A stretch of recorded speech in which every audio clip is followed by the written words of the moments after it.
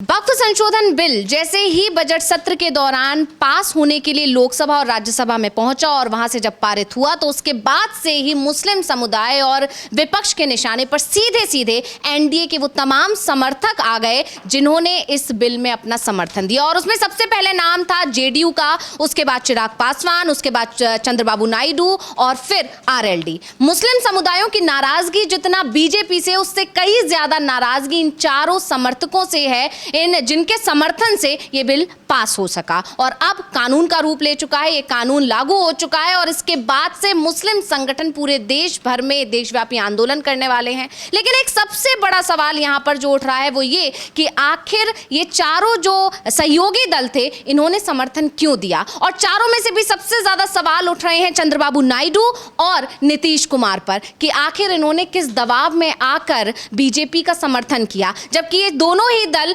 खुलकर मुस्लिम समुदाय के जो इनका कोर वोटर माना जाता है। खासकर अगर चंद्रबाबू नायडू की बात की जाए तो जब से वो बीजेपी के साथ उन्होंने हाथ मिलाया है, कई मौकों पर वो बीजेपी से अलग ही अपनी विचारधारा को अपनाते हुए नजर आए हैं। आंध्र प्रदेश में उन्होंने ऐसा कोई भी फैसला नहीं लिया जो मुस्लिम समुदाय के खिलाफ हो, यहां तक कि उन्होंने कई फैसलों पर बदलाव किया है और मोदी सरकार के खिलाफ ही वो जाते हुए दिखाई दिए हैं। तो फिर ऐसा क्या हुआ कि उन्होंने इस मामले पर पूरी तरह चुप्पी साध ली और समर्थन दे दिया और इसके बाद से चंद्रबाबू नायडू लगातार सवालों में घिरे हुए क्योंकि सबसे ज्यादा सांसद उनके पास हैं, 16 सांसद थे उनके पास। ऐसे में मुस्लिम समुदाय का ये मानना था, यही नहीं, ऐसे में विपक्षी सांसदों का और पूरे विपक्ष का, साथ ही मुस्लिम समुदाय का ये मानना था कि अगर चंद्रबाबू नायडू अपने पर अड़ जाते तो ये बिल किसी भी हालत पर, किसी भी कीमत पर संसद से पास नहीं हो सकता था। तो इसको लेकर एक बहुत बड़ी जानकारी सामने आ रही है, आंध्र प्रदेश से ही जानकारी सामने आ रही है और उसको लेकर एक बहुत बड़ा खुलासा हुआ है जिसको लेकर जानकारी हमारे सहयोगी अविनाश जी देंगे। तो अविनाश जी, क्या लगता है आपको, उस पर आएंगे कि क्या जानकारी सामने आई है, लेकिन सबसे बड़ा सवाल जो चंद्रबाबू नायडू को लेकर उठ रहा है कि उन्होंने किस दबाव में ये फैसला लिया। क्या ईडी सीबीआई यहां पर भी एक्टिव होने वाली थी, क्योंकि नीतीश कुमार को लेकर साफ साफ यही कहा जा रहा है कि ईडी सीबीआई एक्टिव की गई और इसी वजह से उसके दबाव में नीतीश को यह फैसला लेना पड़ा। तो क्या चंद्रबाबू नायडू पर भी ऐसा कोई दबाव बनाया गया है? हाँ बिल्कुल, क्योंकि इस तरीके का फैसला, क्योंकि चाहे बिहार का मामला हो चाहे आंध्र प्रदेश का मामला हो, दोनों ही जगह पर मुस्लिम जो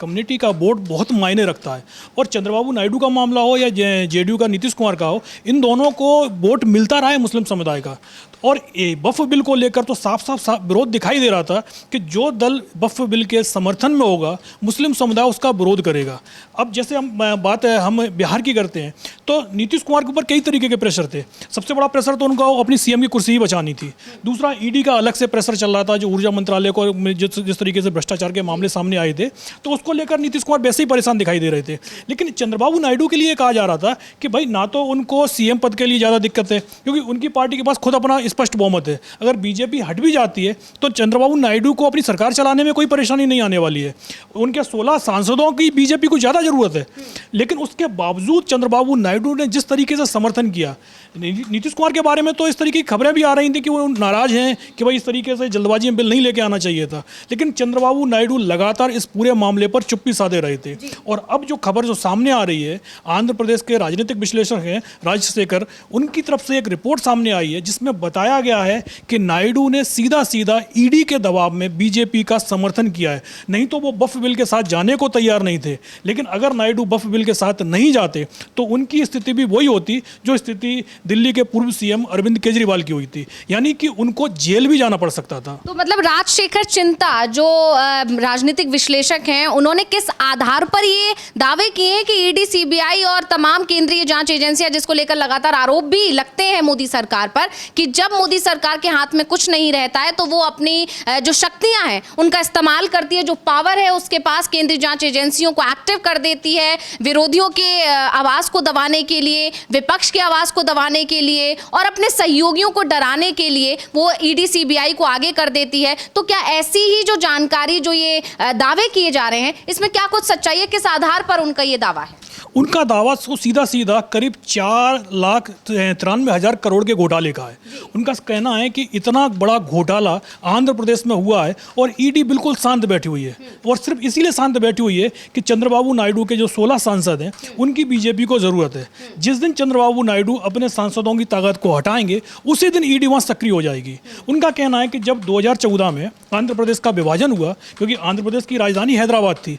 और हैदराबाद क्योंकि चारों तरफ से तेलंगाना से घिरा हुआ है, तो हैदराबाद जो राजधानी थी वो तेलंगाना में चली गई। 10 साल के लिए आंध्र प्रदेश को हैदराबाद को राजधानी के रूप में इस्तेमाल करने की इजाज़त दी गई थी, लेकिन ये कहा गया था कि 10 साल में आपको अपनी राजधानी बनाना है। 2014 में चंद्रबाबू नायडू की सरकार आ चुकी थी, तो और जो राजधानी के लिए केंद्र सरकार की तरफ से शिवराम कृष्णन आयोग का गठन किया गया था, और उसकी रिपोर्ट आने से पहले ही टीडीपी ने अपने विधायक के एक नेतृत्व में एक नया आयोग गठित कर दिया, और उसकी रिपोर्ट भी आनन फानन में आ गई।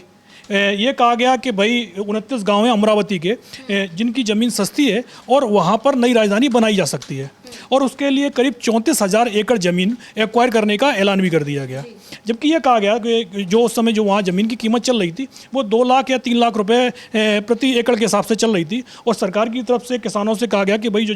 ज़मीन अधिग्रहण कानून है 2013 का, उसमें कहा गया है कि जो ज़मीन की कीमत है उसका 4 गुना हम भुगतान करने के लिए तैयार हैं। तो लगभग ये 10 लाख रुपये प्रति एकड़ का रेट करीब तय हो रहा था, लेकिन मार्केट कीमत भी उस समय 10 लाख ही चल रही थी।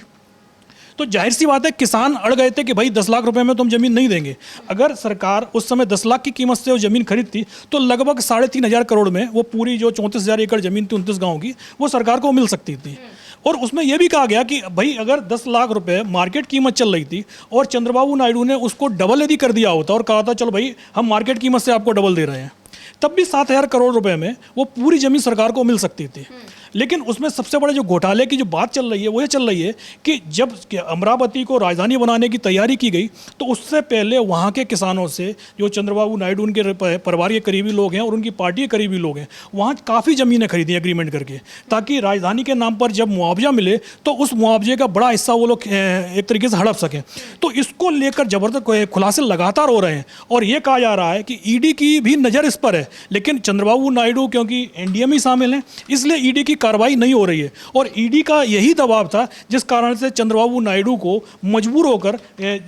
वक्फ बिल पर बीजेपी के साथ आना पड़ गया। यानी करीब 5 खरब का ये घोटाला सामने आ सकता था अगर वक्फ संशोधन बिल जो अब कानून बन चुका है इस पर अगर चंद्रबाबू नायडू सहमति नहीं देते, अगर सरकार का समर्थन नहीं करते, तो ईडी के पास पूरी पुख्ता जानकारी थी, सारे सबूत थे, और इसी वजह से उसको दबाने के लिए चंद्रबाबू नायडू को पवन कल्याण जो पूरी आंध्र सरकार है उसको चुप्पी साधनी पड़ी, और इस घोटाले पर एक तरह से पर्दा डाले रखने के लिए सरकार के सामने सरेंडर करना पड़ा। यानी अगर किसी और राज्य का यह मामला होता जहां पर गैर बीजेपी शासित राज्य है, तो वहां पर अगर ऐसा कोई मामला होता तो अभी तक ईडी सीबीआई पहुंच चुकी होती। बिल्कुल, क्योंकि आप देखिए दिल्ली का जो लिकर घोटाला हुआ, शराब घोटाला हुआ, वो 664 करोड़ रुपए का था। उसमें आपने देखा कि भाई अरविंद केजरीवाल को गिरफ्तार किया गया, मनीष सिसोदिया को गिरफ्तार किया गया, कि कविता को गिरफ्तार किया गया, मतलब जहाँ जहाँ उसके तार जुड़ते गए ईडी और सीबीआई उन लोगों को गिरफ्तार करती चली गई, और जो लोग बाद में बीजेपी के साथ आ गए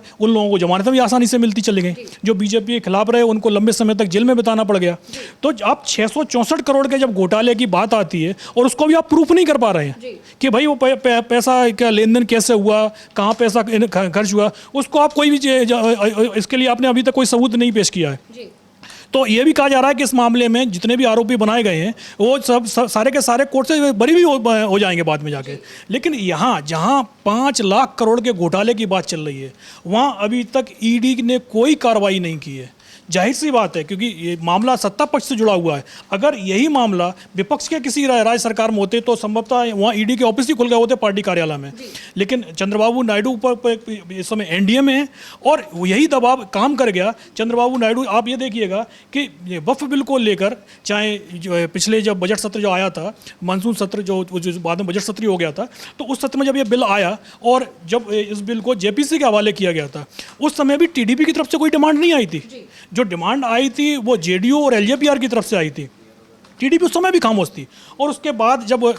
जेपीसी में भी गया तो उस समय भी जो टीडीपी की 2-3 बस खाली संशोधन थे, चंद्रबाबू नायडू ने बस 2-3 संशोधन बीजेपी हाईकमान के पास पहुंचाए और उनको तुरंत मान लिया गया। क्योंकि वो बहुत बड़े संशोधन नहीं थे। उसके बाद पूरे बिल में आप शुरुआत की डिबेट देख लीजिए या जेपीसी के अंदर देख लीजिए, चंद्रबाबू नायडू का पूरा समर्थन जो बीजेपी की लाइन थी उसी लाइन पर चंद्रबाबू नायडू आगे बढ़ते चले गए। अब हालत तो ये हो गई है कि चाहे आप उनके बयान देख लीजिए उन्हीं पार्टी के नेताओं के, वो खुद को एक हिंदुत्ववादी नेता साबित करने की भी कोशिश कर रहे हैं। तो जाहिर सी बात है पूरा का पूरा जो मामला है वो जो 5 लाख करोड़ के घोटाले की जो बात चल रही है उसी को लेकर फंसा हुआ है। और जब तक बीजेपी की सरकार है तब तक नायडू कहीं नहीं जा रहे हैं। तो एक जो बड़ा सवाल लगातार उठ रहा था कि आखिर वक्फ संशोधन कानून और वक्फ संशोधन बिल जब पेश किया गया था और वो अब जो कानून बन चुका है, इस पर चंद्रबाबू नायडू पहले खामोश क्यों थे और अब क्यों खामोश बने हुए हैं, इस सवाल का जवाब मिल चुका है। और इस सवाल का जवाब है 5 लाख करोड़ का वो घोटाला जिसके चलते जो है चंद्रबाबू नायडू दबे हुए थे। तो इसको लेकर अब ये जो एक बहुत बड़ी जानकारी सामने आई है, बहुत बड़ा खुलासा सामने आया, इस पर विपक्ष इस मुद्दे को कैसे भुनाता है ये देखने वाली बात होगी और इस पर क्या आगे अपडेट रहेगा इसको भी हम आप तक पहुंचाते रहेंगे। बहुत बहुत धन्यवाद आप सभी को और बहुत बहुत धन्यवाद अविनाश जी आपका। नमस्कार।